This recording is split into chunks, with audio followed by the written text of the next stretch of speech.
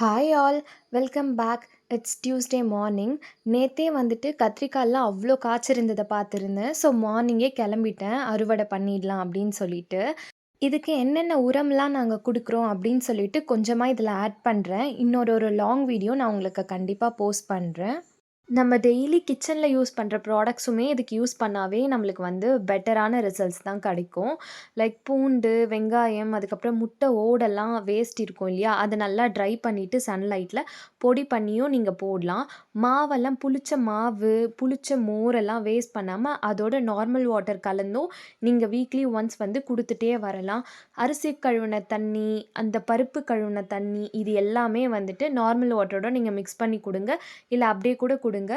மோஸ்ட்டா எந்த ஒரு க்ரோ பேக்லயோ, தொட்டிலயோ வந்துட்டு களச்செடி வராம பார்த்துக்கோங்க. நல்லாவே அறுவடை எடுக்கலாம் நம்ம.